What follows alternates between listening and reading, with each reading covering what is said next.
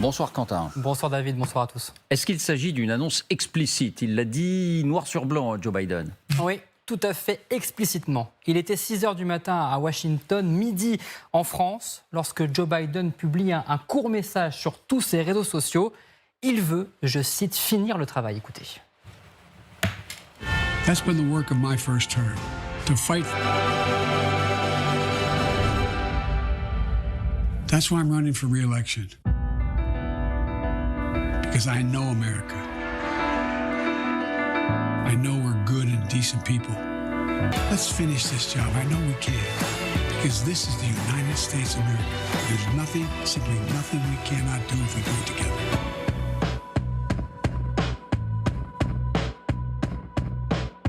C'est la manière américaine, évidemment, ces clips. Alors pourquoi il l'annonce dès maintenant?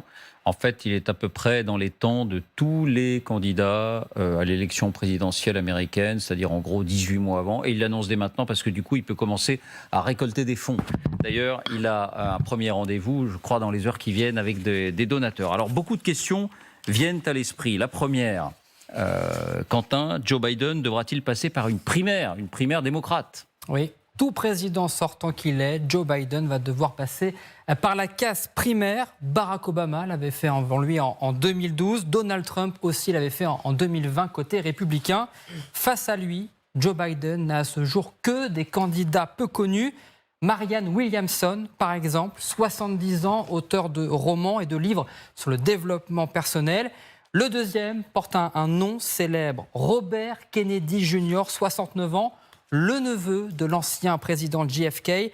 Alors les Américains aiment les dynasties, mais Robert Kennedy est bien loin de son oncle. Il a enchaîné les thèses loufoques et complotistes ces dernières années, anti-vaccins, notamment lors de la crise Covid. Les grands noms comme Kamala Harris ou John Kerry ont d'ores et déjà annoncé qu'ils ne se présenteraient pas face au président sortant.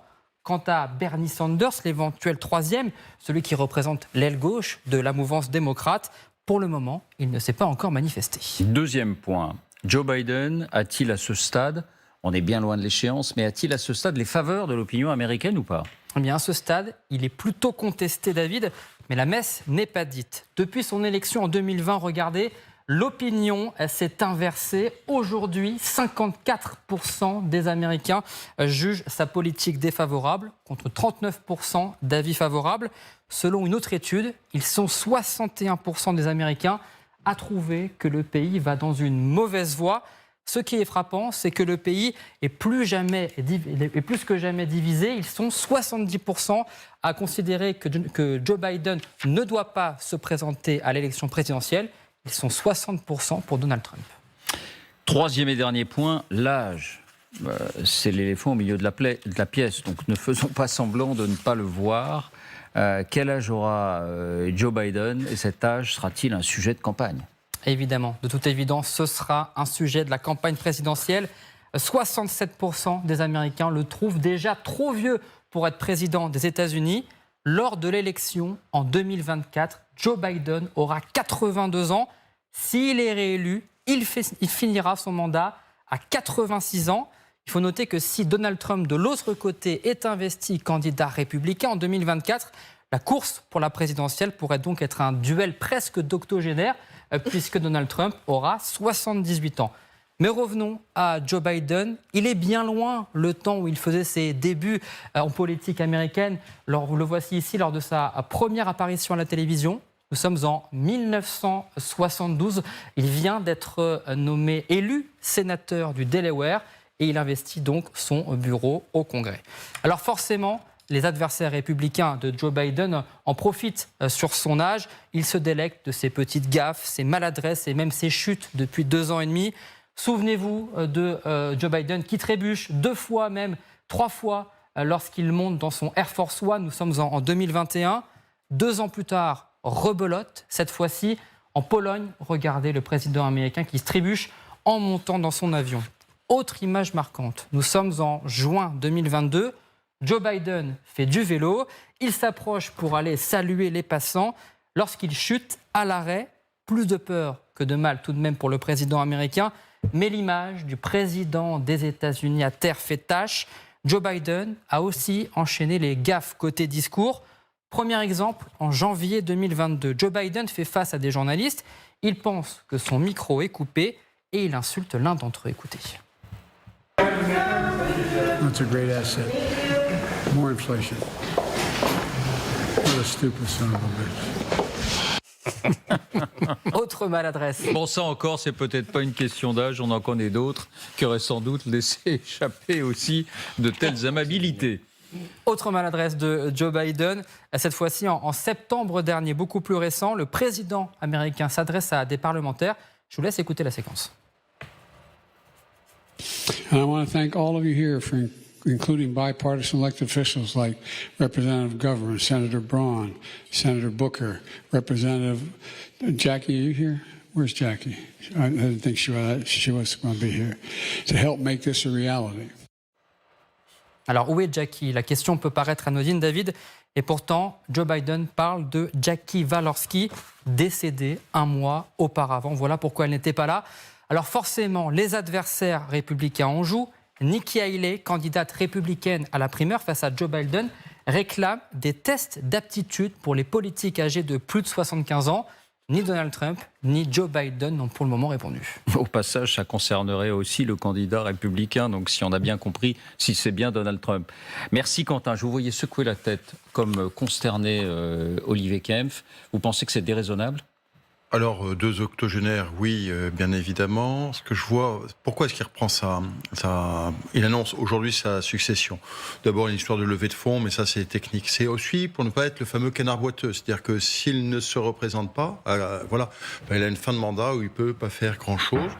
Il n'a pas organisé une suite, il n'y a pas de dauphin. Et pourquoi il n'y a pas de dauphin ? Parce que paradoxalement, Biden est aujourd'hui le seul à faire la synthèse au Parti démocrate, entre une aile gauche, on a parlé de Bernie Sanders, tout le monde connaît Horacio Cortez, et puis une aile droite, souvenez-vous de ce député, entre guillemets, de ce sénateur, entre guillemets, démocrate, qui pendant 2 mois a empêché le vote d'une loi majeure. Donc finalement, Biden est le seul à faire l'unanimité ou au moins la synthèse du Parti démocrate, avec le grand risque, et c'est pour ça que je secouais la tête, de l'accident de santé, parce que malgré tout, à 80 ans, eh bien on est à 60 ans, merci d'un accident de santé, mais plus encore à 80 ans.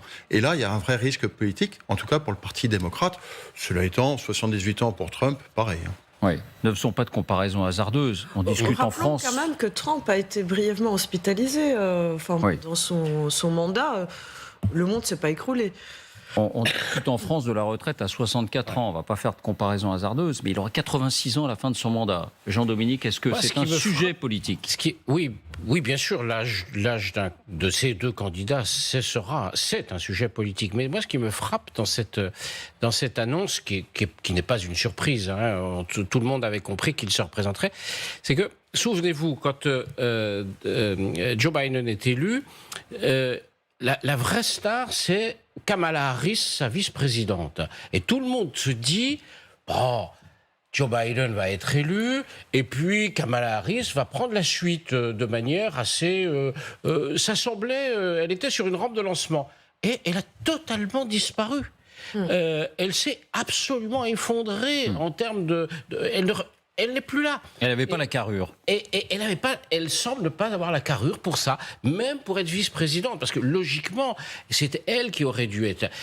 Mais la question que je vous pose, Jean-Louis, c'est la première puissance mondiale. Les États-Unis, ils ont un rôle peut-être encore plus central que jamais dans la guerre qui nous occupe directement, puisqu'elle est sur notre continent. Est-ce que là, c'est un sujet... Bon, il a montré une parfaite détermination jusque-là à soutenir l'Ukraine. Écoutez, il vaudrait mieux...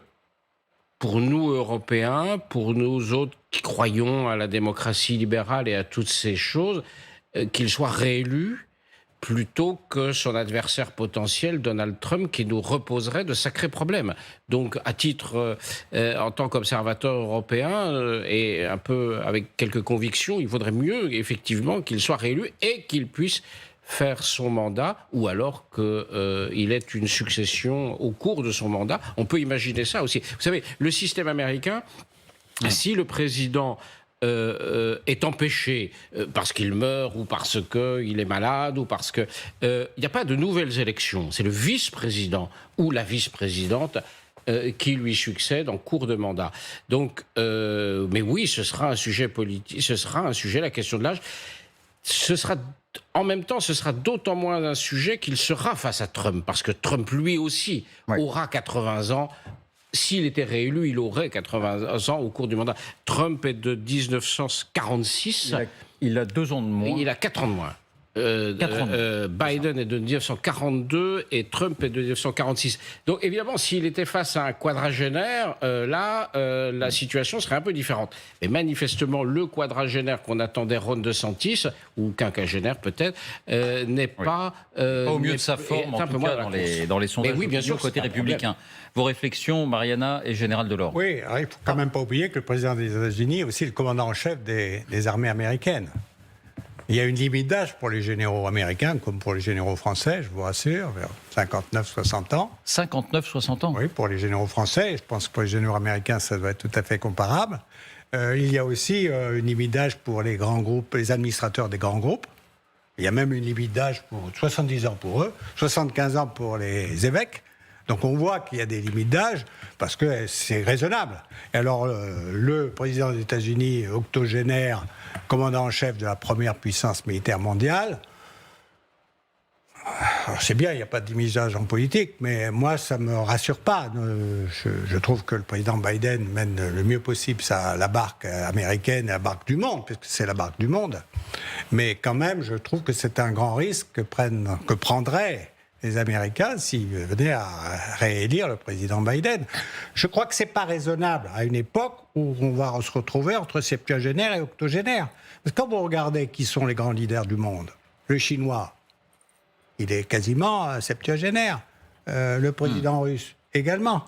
Donc on se retrouve avec dessiner l'avenir du monde dans un moment de tension énorme avec des personnes d'un certain âge, pour ne pas dire plus. Donc moi, ça ne me paraît pas l'essentiel. En tout cas, ça ne me paraît pas l'homme qui va bien pour dessiner l'avenir de demain. C'est ça. 70 ans, c'est pas 85 ans. Et c'est pas 85 ans. C'est ça. Absolument. Quand même... Vous avez un déclin que connaissent bien les médecins, même chez les meilleurs. Et donc, le président Biden en est forcément affecté. Il y a eu des démonstrations à plusieurs reprises de ses difficultés physiques. Peut-être des endormissements un peu fréquents également. Donc, ça fait quand même beaucoup, quoi.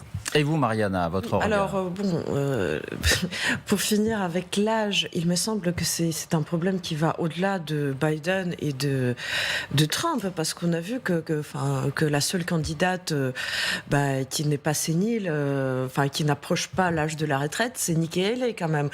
Donc, il y a quand même quelque côté chose dans la... Il y a Ron DeSantis aussi, côté républicain. Oui, voilà. Gouverneur de la Floride. Mais ils sont tous quand même majoritairement, ils ont tous quand même l'âge assez avancé et qui avanceront encore plus près des élections et dans leur mandat si l'un d'eux est élu.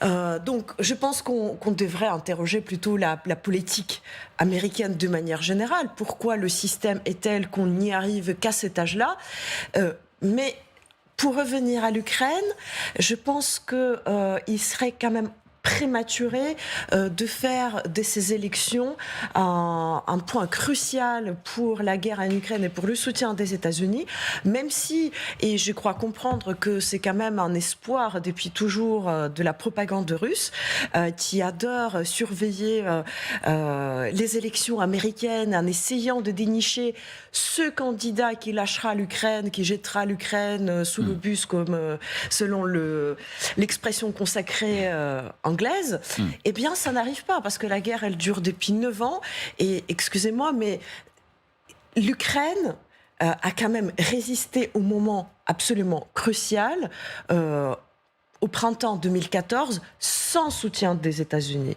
Donc ce n'est pas grâce aux États-Unis que l'Ukraine n'est pas russe. L'Ukraine a su trouver... Il n'y avait pas une offensive générale de l'armée russe. Un concours des circonstances. Mais les Ukrainiens, qui étaient très très démunis, ont trouvé des forces pour résister à cette offensive qui existait. Et par la suite, c'était toute une dynamique qui s'était mise en place. Et aucun président des États-Unis, aucune majorité, n'a finalement lâché l'Ukraine. Et Oui. il est difficile d'imaginer que ce sera le cas pour le prochain président américain. 2 points factuels. Le soutien de l'opinion américaine au soutien américain à cette guerre en Ukraine. Regardez la courbe. On est passé de 74% de soutien en mars 2022 à 51% de soutien en janvier dernier. C'est la dernière donnée qu'on ait. Bon, on peut lire cette courbe de 2 manières, dire que ce soutien reste majoritaire, ou on peut dire qu'il est vraiment en train de s'effriter. Et puis quand même, l'aide américaine à l'Ukraine, 71 milliards de dollars à comparer à l'aide européenne à l'Ukraine. Donc tous les pays européens réunis de l'Union européenne, 56 milliards de dollars.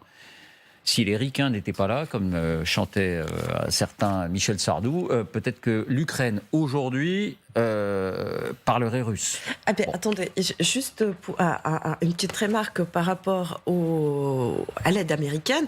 Il faut quand même se dire que une grande part de cette aide américaine, c'est la production américaine, la production industrielle américaine. Donc même si l'opinion soudainement s'est retournée, je ne vois pas comment les États-Unis s'imputeraient de cette production accrue, parce que quand même les armes, les munitions, tout cela, ce sont vous avez un puissant courant américain qui c'est quand même fabriqué aux États-Unis. C'est fabriqué aux États-Unis. Ce sont des emplois, c'est les technologies, ça maintient l'industrie sur les rails, ça donne des commandes et ça augmente le PIB. Donc même si l'opinion elle n'était pas là. Qu'on arrête de donner ça. On va enchaîner, mais un point rapide, la Olivier. question sous-jacente, c'est est-ce que la guerre en Ukraine ou le soutien en Ukraine va devenir un sujet de politique intérieure et un sujet de la campagne ? On s'est posé la question en octobre-novembre dernier à l'occasion des élections de mi-mandat. Ce n'est pas venu à l'époque. Et d'ailleurs, ça a plutôt été un succès, souvenons-nous, pour Biden, qui a réussi à sauvegarder sa majorité. C'était intéressant que vous ayez montré cette courbe parce qu'on a vu depuis finalement décembre apparaître de façon encore minoritaire, mais d'une partie des républicains, la remise en cause du soutien à l'Ukraine, sachant qu'en général, la politique étrangère n'est pas un sujet de la campagne présidentielle, grand 1, et que s'il y a un sujet qui va émerger, ça sera plutôt la Chine. Et donc, le sujet de politique étrangère qui risque d'affecter la campagne électorale américaine présidentielle, c'est Ukraine versus Chine. En fait, je pense que c'est plutôt comme ça qu'il faut poser la question derrière la candidature attendue de Biden et celle annoncée déjà de Trump. Alors, juste un mot très court, je suis totalement d'accord avec ce que vient de dire Olivier, mais ce qui va se passer, c'est que, quel que soit le candidat, la pression sera beaucoup plus forte sur les Européens pour qu'ils augmentent leur aide à l'Ukraine, en disant, après tout, c'est en Europe, c'est aux Européens de payer, c'est aux Européens de prendre plus de place dans l'OTAN, et nous laisser la Chine, qu'on soit libéré de l'Ukraine pour aller vers la Chine. Donc on risque d'avoir, surtout si c'est Trump, une grosse pression pour qu'on s'engage plus en Ukraine.